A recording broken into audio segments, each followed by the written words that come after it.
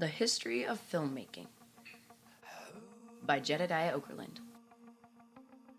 Let's begin by explaining a basic fact. Movies, videos, and motion pictures don't move. I'm going to use Steve to help me explain this. Steve is just a drawing, but he just did a backflip. How did he do that?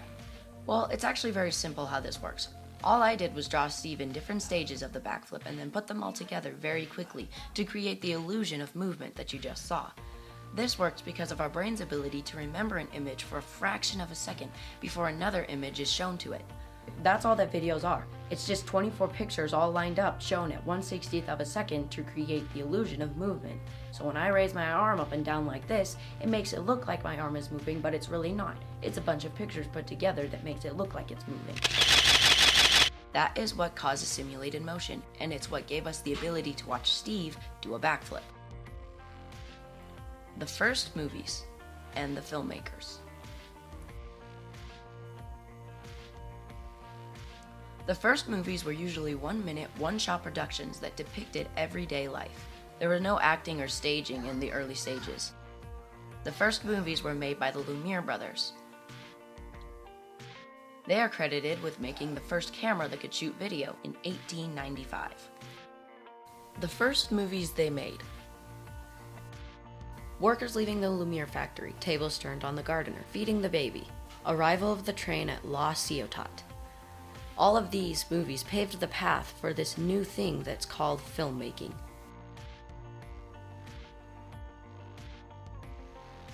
But here's the thing. Louis Lumiere is quoted as saying, "Cinematography is a field without a future." Little did the guy who literally invented cinema know what he was getting the world into. Thomas Edison. He was the first to realize the huge profit potential cinema had. Thomas Edison created the first stage films, made the first film studio, and created dozens of the first films that use acting, such as Blacksmith Scene, Horseshoeing, Edison's kinetoscopic record of a sneeze, better known as Fred Ott Sneeze. Edison pushed the boundaries of filmmaking by creating strange movies. Moving along a little bit faster, Winsor McCay. Winsor McCay created the first animation film, which featured a cartoon dinosaur. But after he made that film, he gave it up and left the animation making to people like Walt Disney. Over the next 150 years, movies were being cranked out like hotcakes. All of these were shot on these things called film strips. Most of you probably know what these are. Now the thing is, film strips were actually physical things. They weren't digital. Each of the pictures shot was shot on one of these little squares. So in order to get a cut in the scene, they had to take scissors, cut the film at the point where they wanted it to split, and then take glue and then stick the other film that they wanted to show onto that frame that they had just cut. Now I want to talk about something that I think is pretty amazing. Back when movies were first being made, this was the average camera. And I don't know the exact price, but I can tell you, it must have cost a lot of money.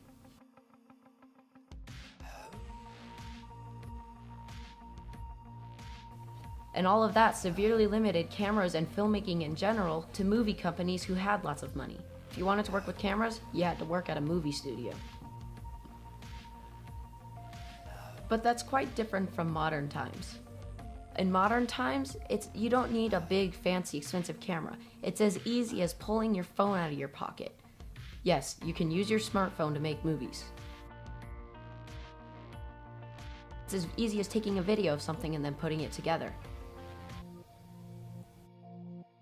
So what had to be done in a studio full of hundreds of people who were producing, directing, and acting and filming for months or years at a time, that costing millions of dollars, can now be done by you, a couple of your friends, your smartphone, and internet connection. And there are so many platforms on now that you could share your creativity on, like YouTube, Instagram, Facebook, and Snapchat. All of these. All you need is a good idea. These filmmakers, creators, and dreamers who are continually putting out content that they believe in are now pushing the boundaries of creativity and art in this new and modern world.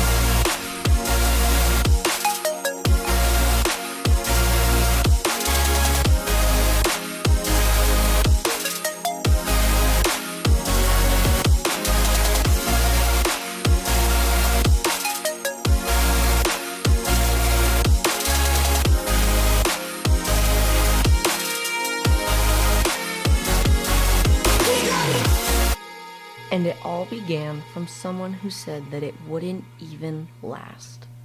And for those of you who are still unconvinced, I shot this whole thing with a paint stick, my tripod, and a whiteboard. Thanks for watching.